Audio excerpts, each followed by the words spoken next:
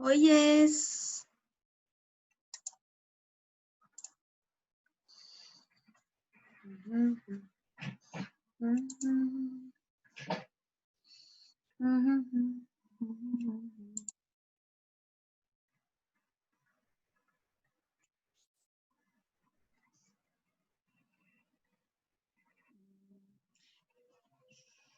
Será que tá gravando? Tá todo mundo. Ah, não, tem duas pessoas.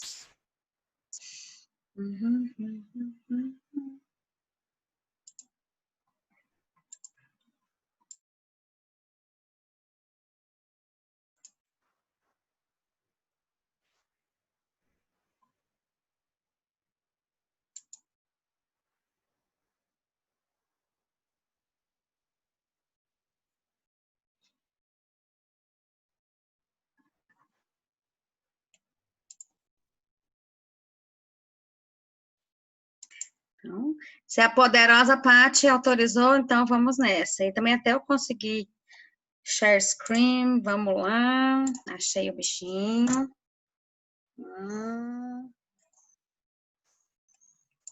Meu filho. Agora sim. Gostei. Aí vocês ficam vendo só os slides ou vocês estão vendo a nossa cabecinha pro lado? Ou só eu que vejo? Dá para ver a senhora em cima e os slides no meio. Ah, tá. E dá para Mas tirar você também, não. se a gente não quiser te ver. Não, mas vocês querem me ver. Mas não fica atrapalhando, não, né? Não, beleza. Então, vamos lá. Gente, GH, né, de Growth Hormone, ou hormônio de crescimento do inglês. Endócrino, adoram a sigla em inglês, né? Nossa, quase tudo tá em inglês. É super famoso e tem o remédio que tem fake news, viu? Tanto para um exagerado para um lado do mal, quanto para um lado do bem. E nós vamos falar sobre isso hoje. Vou dar também uns toques de como fazer o diagnóstico de deficiência de hormônio de crescimento. Então, vamos lá, né? É isso que eu falei. Tem gente que acha que é um veneno, às vezes dá até dó. Meninos que têm um diagnóstico específico, preciso, uma indicação precisa, e os pais têm muito medo, alguns se recusam a tratar. E outros que acham que é um santo remédio, não tem indicação e querem usar a qualquer custo. E o custo é grande, né? Não é, é um custo alto. Então, tem algumas frases que eu escuto muito em rede social, em perguntas, tanto online quanto também presenciais, né? Então, tem esse mito. Com GH, eu posso escolher a altura do meu filho. Não, ele vai ser goleiro, eu quero ele 1,92 m. Vai ficar ótimo. Muito também divulgado em academias. Então, assim, uso o GH e está garantida a composição corporal dos meus sonhos. Enfim, a fonte da juventude. Aumenta músculo, melhora a pele, melhora o cabelo, oh, beleza, né?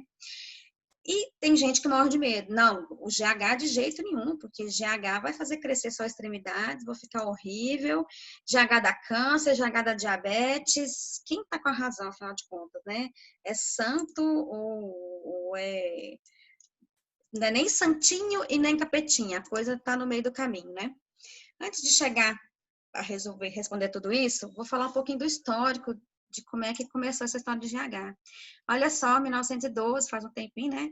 Harvey Cushing, aquele Cushing da síndrome de Cushing, o cara era poderoso, né? Super um pesquisador, um clínico e pesquisador, e ele que descobriu que tinha um hormônio, uma coisa, uma substância produzida pela hipófise que fazia crescer. Por isso que ele tem esse nome, pegou, ficou realmente um efeito muito óbvio do hormônio de crescimento, mas não é só esse. Então, em 1912, deu o nome ao hormônio. Mas só lá em 56 que esse autor, Maurice Rabin, conseguiu isolar o GH de cadáver, e ele tratou adolescente com deficiência de GH, e assim, a resposta é incrível. Quem é deficiente de GH e você dá GH, tirar com a mão. Então, foi ótimo. Começaram, então, a usar, nessa época, que eles faziam, retiravam de hipófise de cadáver, davam purificada, só que começou a aparecer aquela doença de Creutzfeldt-Jakob, que é tipo a vaca louca. Então, parou-se de usar GH, era bem trabalhoso, né? Mas parou-se por causa disso, que havia um risco de você passar a doença por prion. Aí, em 1970, o Clohal sintetiza o GH, que essa molécula não está muito bom de ver, mas é uma moléculazinha bem complexa, um peptídeo enorme. E de lá, então, bom, agora a gente tem a composição molecular, conseguir sintetizar, nossa, vamos produzir medicação. E veio uma corrida para isso, né? Então, cientistas da Genentech conseguiram clonar o gene do GH. Pensa, aí você coloca esse gene dentro de um E. coli e manda ela produzir GH para você. Aí, estamos ali com tudo para ganhar muito dinheiro, né? Quando vem a público essa inovação que eles conseguiram, as ações da Genentech subiram em uma hora de 35 para 88 dólares. Pensa. Em 81, conseguiram, então, esses outros autores também ligados à Genentech, sintetizaram o DNA com a tecnologia do DNA recombinante. Então, eu pego o gene do GH, boto na E. coli, coloco ela para funcionar. Nos anos 80, então, começou a gente a ter realmente o GH medicamento que a gente tem, parecido com o que a gente tem hoje é bem melhor. Nessa época, dos anos 80, era tipo assim, o preço de um carro por mês.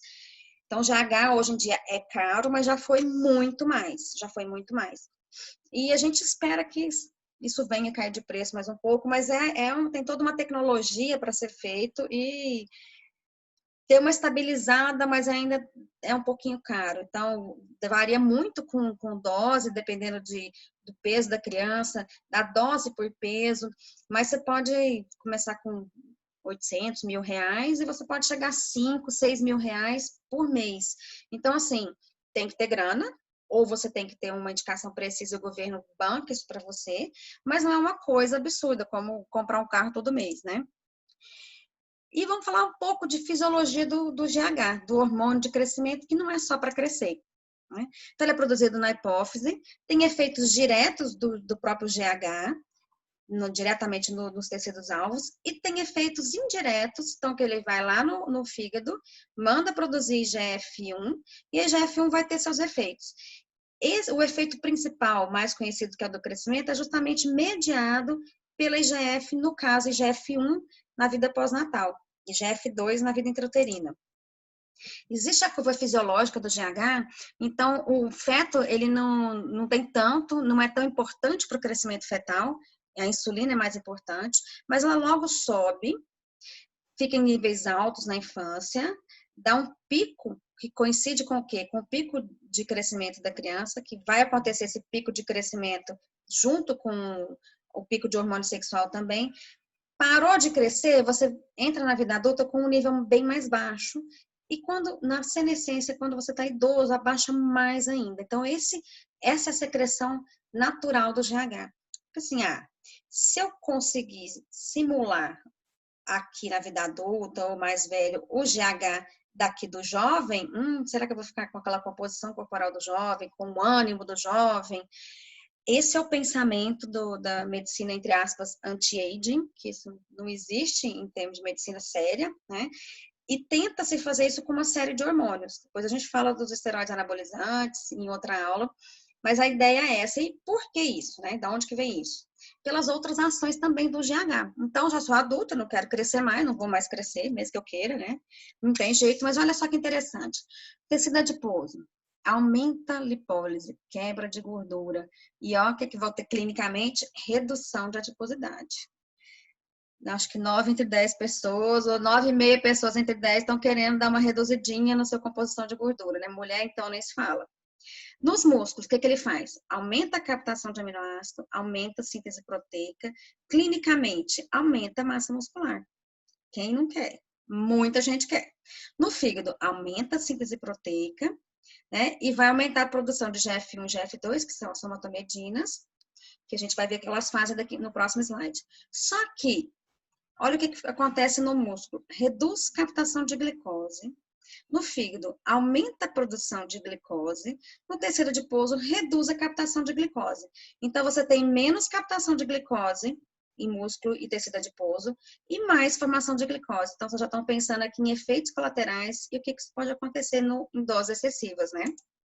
E as IGFs? Então, GH vai lá no fígado, produz IGFs, IGF-1 age principalmente em condrócitos, produzindo, replicando as células que interessam para acontecer o quê? Crescimento linear. Espicha osso, a criança cresce. IGF-2 vai estar agindo em outros tecidos, então tem síntese proteica para tudo que é lado, hipertrofia, hiperplasia celular, crescimento fetal é muito importante e aumenta o tamanho de órgãos. Agora, não deve ser à toa que Deus colocou a gente para ter menos GH numa fase da vida que você tem menor capacidade de detectar e de barrar células cancerígenas, né, que tem alguma alteração na sua estrutura de DNA. Então, lembrando dessa fisiologia toda, agora nós vamos partir para aquelas afirmações e vamos chegar à conclusão se isso é fato ou fake. Então, o GH, então, para crescer. Então, com o GH, eu posso escolher a altura do meu filho. Não é bem assim. Vamos lá, né? Primeiro, quando que eu vou usar o GH? Eu preciso de ter cartilagem de crescimento aberta. Então, o que me interessa é ter uma idade óssea interessante, para que ele tenha o melhor efeito, de preferência antes daquele pico do estirão de crescimento. Aí sim eu vou conseguir ter uma melhor resposta do GH, certo? Se já tiver fechado, não tem como. Você não vai ter um crescimento em estatura. Lembrando da aula passada, né, que a gente tem várias faixas de normalidade de idade óssea para menino e menina. Então, quanto mais jovem você começa, mais efeito você vai ter de crescimento. A idade óssea de 17 anos, não dá para crescer mais. 18. Teoricamente, 1 centímetro, meio centímetro, ninguém vai tratar com GH uma pessoa que já está com essa idade óssea. E não é só estar com a idade óssea aberta. A resposta ao GH depende de uma série de coisas. Então, existe esse gráfico aqui, às vezes parece um pouco bagunçado, mas a gente tem que pensar em sensibilidade ao GH e quanto de secreção de GH. Isso eu posso fazer, então, com medicamento, eu posso aumentar essa dose de GH aqui, mas a minha resposta pode não ser tão boa se essa pessoa não tem uma sensibilidade boa ao GH. Então, a deficiente de GH, ele não produz nada, mas ele é muito sensível. Então, ele passa perto da injeção de GH, ele responde muito bem. Por outro lado, a gente tem o contrário aqui. Ele não tem sensibilidade nenhuma, produz muito GH, mas tem uma insensibilidade, não produz IGF-1, que é a síndrome de Laron, uma resistência grave ao GH. Então, aqui você vai ter que tratar, como são casos raros, com o IGF-1 recombinante, ou não vai ter jeito. E entre esses dois fenótipos opostos, a gente tem um monte de coisa aqui. Entram os PIGs estão mais aqui para resistentes, tem algumas síndromes mais para resistentes. Aqui nós vamos ter pessoas normais, só que mais baixas. A gente pode tratar com uma questão só estética, mas elas vão ter uma resposta intermediária. E tem crianças com baixa estatura idiopática que se comportam mais como resistente ou mais como uma secreção nem tão subótima aqui. Então, vai dar dose tal, na idade óssea tal, vai crescer tanto. Não é bem assim, depende da questão clínica, de quanto essa criança é sensível ou não. Aí depende da genética. Então, a gente tem que lembrar, a genética é um limitante. A gente lembra do cálculo do TH, Target Height. Então, a gente faz a média da estatura do pai e da mãe, tirando ou acrescentando 13 centímetros, dependendo do sexo da criança. Dá um número X, você considera mais ou menos 5 centímetros. Mas é só usar o GH muito que eu vou limitar. A gente vence o limitante genético. É verdade? Olha só. Isso aqui então é uma pessoa que teve excesso de GH, o gigantismo, o excesso de GH na infância, então os ossos estão abertos, ele cresce absurdamente. Isso aqui é a família dele, uma família mediana, e ele está o dobro do povo da família. Então, realmente, se eu usar uma dose louca de GH, eu vou simular um tumor cerebral, que é a principal causa de gigantismo, mas eu não vou fazer isso, nenhum médico normal vai fazer uma coisa dessas, porque eu vou ter uma série de consequências muito danosas, e não são só estéticas. E quando a gente tem um excesso de GH numa pessoa que já é adulta, então durante a infância teve GH normal, e aí na vida adulta, por algum motivo, ele tem um excesso de GH. O que vai acontecer? Vai ter um crescimento das extremidades, a pessoa fica até com essa deformação. Estão lembrando de alguém, gente? Depois eu vou mostrar quem. Essa é uma pessoa real, com acromegalia, e que deu origem ao personagem famoso, o Shrek. Então, realmente, o Shrek foi baseado nessa pessoa. Ele era um lutador e até foi ficando muito forte por conta desse excesso de GH, mas às custas de um tumor. E, além da questão estética, o que esse excesso de GH nas doenças mostrou pra gente? Então, vamos lá.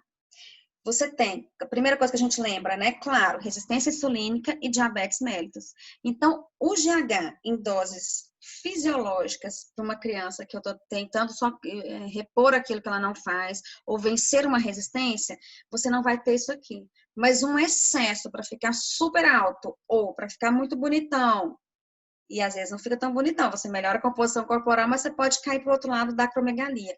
Aí sim você vai ter resistência insulínica e diabetes mellitus. Tem redução de HDL, aumento de triglicérides, alteração de função endotelial, tudo isso vai levar a quê? Aterosclerose. Então, você vai ter um monte de doença de cardiovascular, hipertensão, cardiomiopatia, apneia obstrutiva do sono por crescimento das partes moles, macroglossia, hipoventilação central, ou seja, aumenta muito mortalidade e piora muito a qualidade de vida. Além disso, hipogonadismo hipogonadotrófico, a gente pode ter uma aula depois de atraso puberal, poliartralgia, síndrome do túnel do carpo, ou seja, não compensa.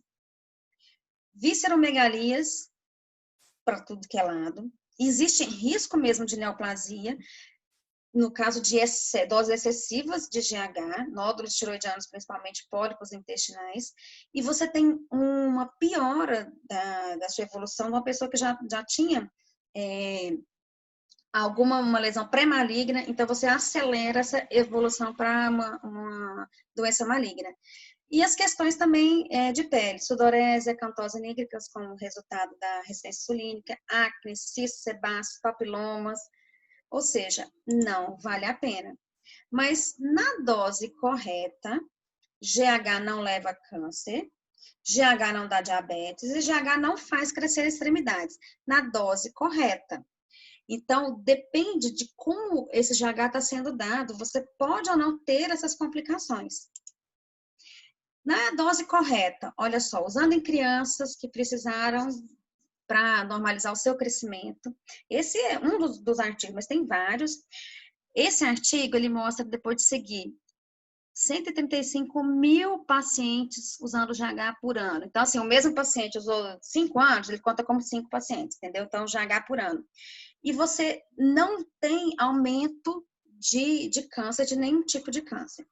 Inclusive, alguns pacientes pacientes que foram tratados de câncer e por isso tiveram complicações. Então, radiação de sistema nervoso central, você pode comprometer a produção de hormônios. E depois que o câncer está curado, você pode usar o GH, que você não vai piorar esse risco de câncer. E quando que a gente deve usar, então? Quando está aprovado em bula? Em crianças, vamos lá. Deficiência de GH, claro, né? Síndrome de Prader-Willi. Isso aqui não é tão incomum. Na hora que a gente for falar de obesidade, vai ter uma parte de obesidade sindrômica, nós vamos falar sobre Prader-Willi. Crianças com retardo de crescimento intrauterino, a gente viu um pouco da fisiopatologia na aula passada. Essas são crianças que têm um pouco de resistência, a dose aqui, ela é maior. Síndrome de Turner, síndrome de Noonan, que nós comentamos também. A própria baixa estatura idiopática e insuficiência renal crônica. Então, tá tudo liberado em bula. O governo paga para deficiência de GH, síndrome de Turner, insuficiência renal crônica. Ponto. Adultos. Você está aprovado em bula. Deficiência grave de GH. Lembra daquela curvinha? Então, quando você é criança, você precisa de ter muito GH para promover o crescimento. Na vida adulta, não precisa de tanto GH. O normal é ter uma quantidade, uma secreção muito menor. Então, você só vai tratar o adulto que não consegue nem aquela questão mínima. Eu já vou falar como é que a gente faz esse diagnóstico aqui. Está indicado também GH, isso em bula, para síndrome constitutiva grave do HIV ou de alguns tipos de malignidades no adulto, e a síndrome do intestino curto. Como é que a gente faz o que é normal esse tanto de hormônio de crescimento? Né? E por que a gente faz esses exames tão enjoados? Por que eu não doso só uma vez? Porque a gente tem que lembrar que o hormônio, ele é produzido em quantidades bem pequenas e de forma pulsátil. Então, agora tem, dali a pouco não tem. Tem, não tem. Antes de ter os testes de estímulo, internava a criança, ia colhendo sangue, olha a tortura, de meia hora até, assim, 24 horas, até você ter, depois você fazer toda aquela dosagem, falar, o pico foi tanto. Então, agora a gente não tortura assim, a tortura é menorzinha. Então, você faz o quê? Vai em jejum, tira o basal, você dá um estímulo farmacológico, a gente faz muito com clonidina e com insulina, e você tira depois 30, 60, 90, em alguns casos com insulina até 120. E aí você vê quanto que essa hipófise conseguiu responder. Se você já produz muito hormônio, o que acontece? Você já tem uma reservinha, então você consegue subir até o tanto que é considerado normal. E esse tanto considerado normal varia muito de método para método. Então, olha só, anticorpo monoclonal acho que nem usa mais, 3,3. A imunofluorescência é 5, radioimunoensaio é 7, quimiluminescência é 10. O que acontece na nossa prática do dia a dia? Em Goiás, os laboratórios que fazem teste, todos usam um método mais moderno, melhor que a quimiluminescência. Ou seja, o normal é acima de 10. O nosso querido Ministério da Saúde coloca no protocolo, sem discriminar qual tipo de metodologia, é assim que acabou. Que é o da imunofluorescência, mas são raríssimos lugares que fazem imunofluorescência ainda. Aqui em Goiás não tem. Então, o que acontece? Quem deu no pico menos de 5, você vai entrar com pedido no Juarez Barbosa e vai ganhar. Quem tá entre 5 e 10, eu falo, são os meninos que estão no limbo. Aí, você vai ter que, se for 5 ponto pouco, 6, você pode ter sorte ou não, depende de quem está avaliando. Esses meninos a gente tem que encaminhar para o Ministério Público, colocar referência científica, explicar, não sei o quê. Carta para o Ministério da Saúde eu mandei, tudo, eles não vão mudar, porque aqui tem um monte de gente. E aí você tem que ter um médico que está disposto a fazer um monte de relatório, o pai e a mãe, para ir lá no Ministério Público, enrola, enrola, enrola. Então, esses meninos aqui, a gente fala que é uma deficiência, entre aspas, parcial, na verdade não é nem parcial, eles são menos graves do que esses que estão aqui para lá, mas sem a gente fazer esse pico de 10, eles não vão fazer o pico de estirão de crescimento. Para o adulto, o que é normal, mesmo na quimiluminescência? 3. Eu não tenho mais que crescer, eu só tenho que manter meu lipidograma legal, manter minha massa muscular ok e não ficar com aquele monte de gordura visceral. Então, o GH vai fazer isso para mim se eu tiver 3 quando eu for adulto. Não preciso de mais do que isso para quando for adulto. Então, o que a gente faz agora? Parou de crescer, eu deixo essa criança, adolescente já, ou adulto, né, já está adulto jovem, sem o hormônio, mais ou menos 3 meses depois, você faz um novo teste de estímulo com a insulina.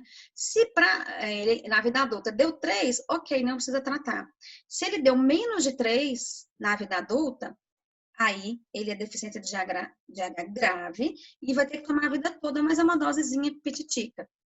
Dose de GH. Para deficiência de GH, 0,1 unidade por quilo, você divide por 3, dá em miligrama. Todas as outras situações aqui, eu vou precisar de dose um pouquinho maior.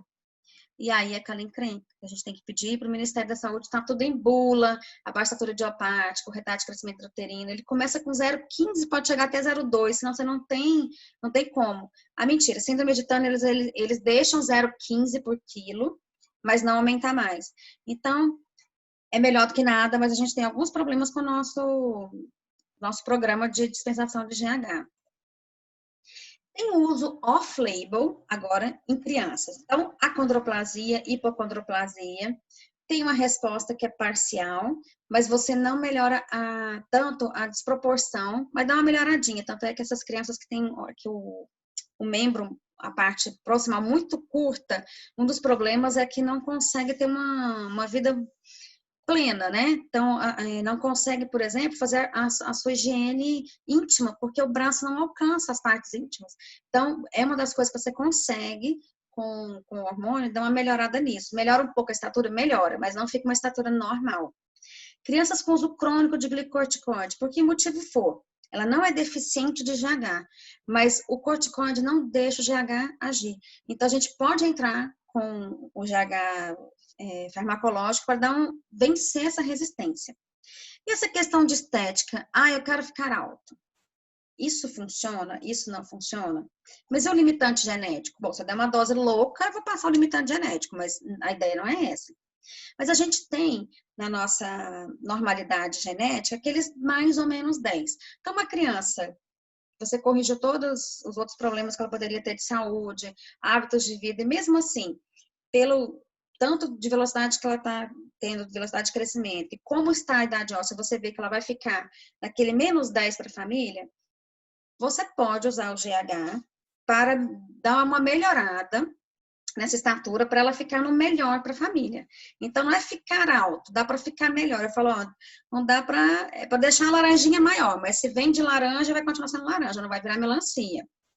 Para virar melancia, você vai ter que fazer uma iatrogenia né? Nós não vamos fazer isso. Mas então, não posso escolher a altura do meu filho, mas dá para dar uma melhorada. Agora, lembrando, nesses casos, isso é por conta dos pais, isso não tem sentido nenhum você pedir para o governo bancar um tratamento que é, assim, estético, né? Já acabei até passando na frente dos bois, mas então, essas doses são muito importantes, né? Para adultos, então, a dose é bem pequenininha, é uma dose fixa, a gente vai para iniciar e a gente vai vendo pelo GF1 e também como essa paciente está. Sem GH, o que vai acontecer? Massa muscular some, a massa óssea reduz, a gordura corporal aumenta, existe uma questão também emocional de mais depressão, fadiga. Então, você vê toda essa questão clínica e você vai norteando esse aumento de dose através do IGF-1, da composição corporal dessa pessoa. Mas você não vai ter doses altas. Agora, isso não é problema, né? Isso aí é aquele deficiente que precisa mesmo. O que o pessoal está querendo usar hoje e que tem médico, que eu vou chamar que não é nem médico, charlatão, e mercado negro tem demais, é o uso de hormônio de crescimento para ficar com esse corpo aqui. Que isso não existe na natureza sem ter alguma bomba envolvida. Mulher com barriga negativa também, olha, truco, se não tem alguma coisa. Não é da nossa fisiologia, né? Estrógeno, progesterona, não deixa. Então, usa-se bastante, é considerado como doping, e não existe uma dose segura. Eu até imagino que no futuro alguém vai fazer algum trabalho e pode ser que se chegue a uma dose segura, que melhora a composição corporal, não para ficar com esse corpo, né, assim, até plastificado, vamos dizer assim, isso aqui é muito antifisiológico, mas que dá uma melhorada de composição corporal sem ter esses riscos de câncer e diabetes. Mas isso não existe hoje, a gente não sabe que dose segura é essa, então o povo usa na doideira. Vocês entrarem na internet, tem cada protocolo, assim, doses absurdas, para você ter uma noção. Então, 8 unidades de GH por dia é a dose máxima que a gente pode usar numa criança para crescer. Então, lembra que na adolescência, que está naquele pico, seria 8. Eles usam 12 a 15 para começar num adulto. Então, é uma coisa estranha. E usam mais, junto anabolizante, né? Existe o uso, então, off-label nos adultos, para esse anti-aging, que é totalmente incorreto. Para essa composição corporal, performance esportiva, os atletas usam demais.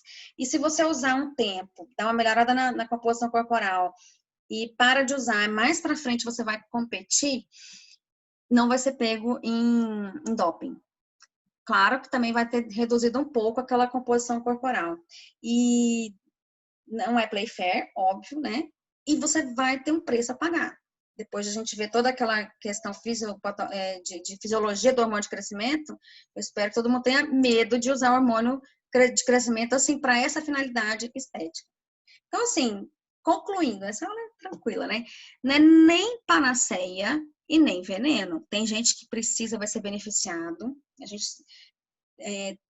trata essas crianças muito de perto, então sempre olhando GF1, eu quero que essa GF1 da criança fique no limite superior ou um pouquinho só acima, não muito acima, mais do que 2 desvios padrão acima, aí sim você tá tendo aumento de câncer e de resistência insulínica.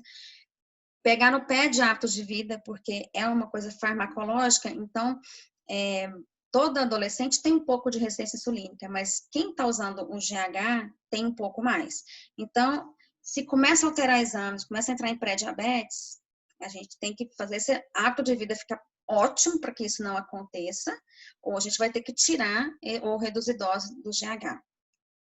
Nem panaceia, nem veneno, né? Então, vamos lá, eu posso escolher? Fake, né, gente? Eu não posso escolher. Dá para melhorar um pouco? Dá para melhorar, agora depende e a resposta varia. Então, a resposta é bem melhor no primeiro ano, mas eu preciso saber qual a situação clínica dessa criança. Tem mais resistência ao GH ou mais sensibilidade?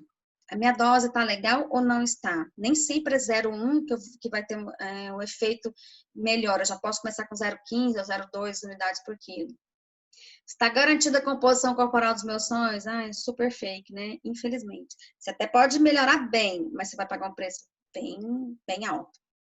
Fonte da juventude? Não, infelizmente. Ai, fonte da juventude, acho que nunca vamos ter. Mas exercício físico, depois a gente pode fazer uma aula disso.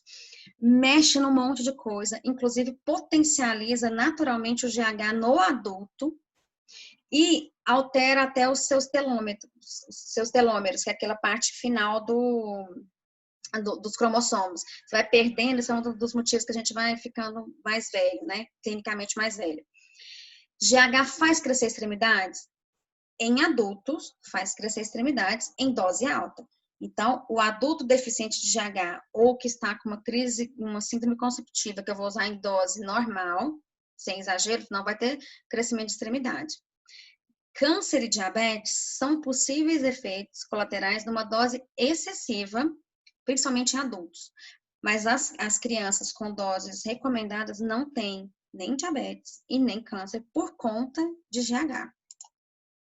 Lembrar sempre que na medicina, né, não só em GH, primeiro não fazer o mal, primo non nocere. A gente tem que se pautar nisso em tudo que a gente for fazer. Existe uma pressão muito grande da endócrina para dar um up na composição. Não, tem pai e mãe, o menino usou tanto, ele falou, agora nós vamos parar. Ah, doutora, tem uns lá em casa, eu posso usar? Eu falo, pode, coisa nenhuma. Você pode doar, já que sobrou, seu filho não vai crescer mais, doa para quem está precisando, às vezes tem gente que não consegue. Isso é direto, um monte de pai e mãe pergunta se pode usar. E era isso, meu povo, minha pova. E agora vamos abrir. Quem quiser conversar, cara bonitinha da Débora.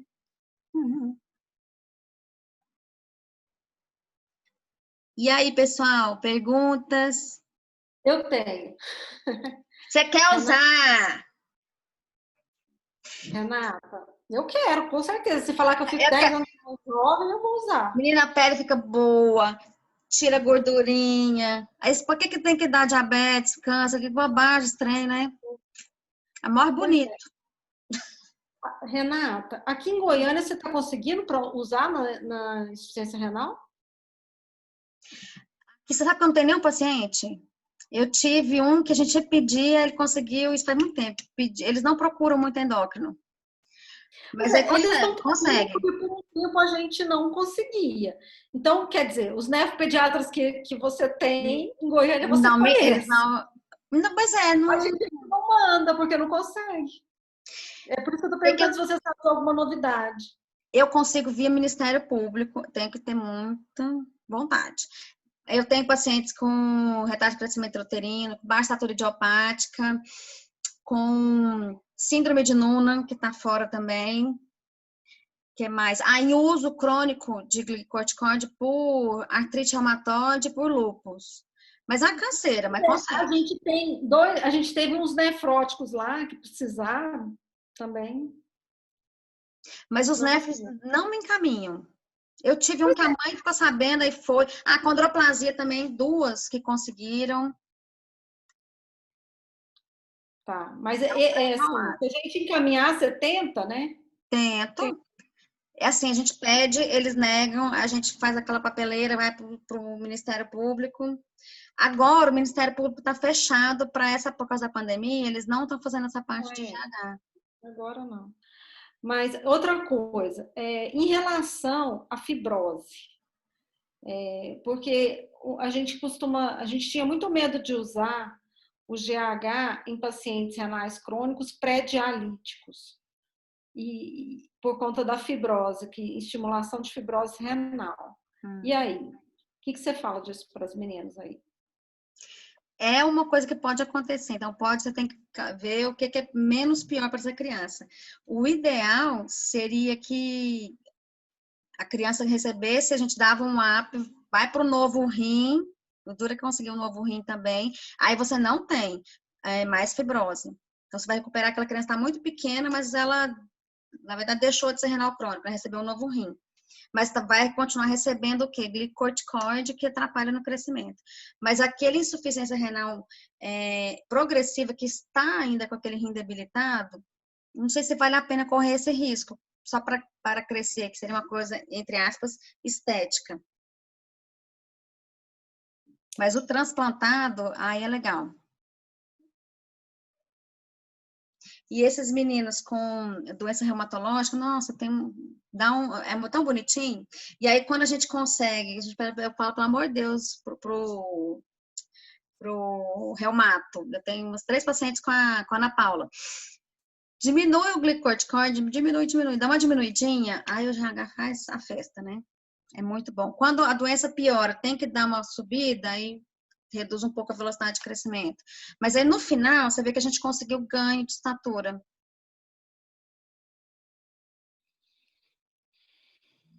Lá no nosso ambulatório, a gente de pediatria geral, mas tem uma menininha ou duas que estão usando hormônio de crescimento. E tem os ambulatórios de crescimento de GH, que não são esse do nosso da quinta-feira. Agora tudo parado, né, gente? Mas vai voltar. Vão participar. O povo tá tudo quieto. Não, beleza. Aí, na semana que vem, a gente faz, então, de puberdade normal e puberdade precoce. Certo. Estamos combinados. Agora tem que saber como é que faz para salvar. Ixi, Maria. Stop share. Ixi, Maria. Vou stop share primeiro, né? Acho que é. Você sabe como é que faz? Recording.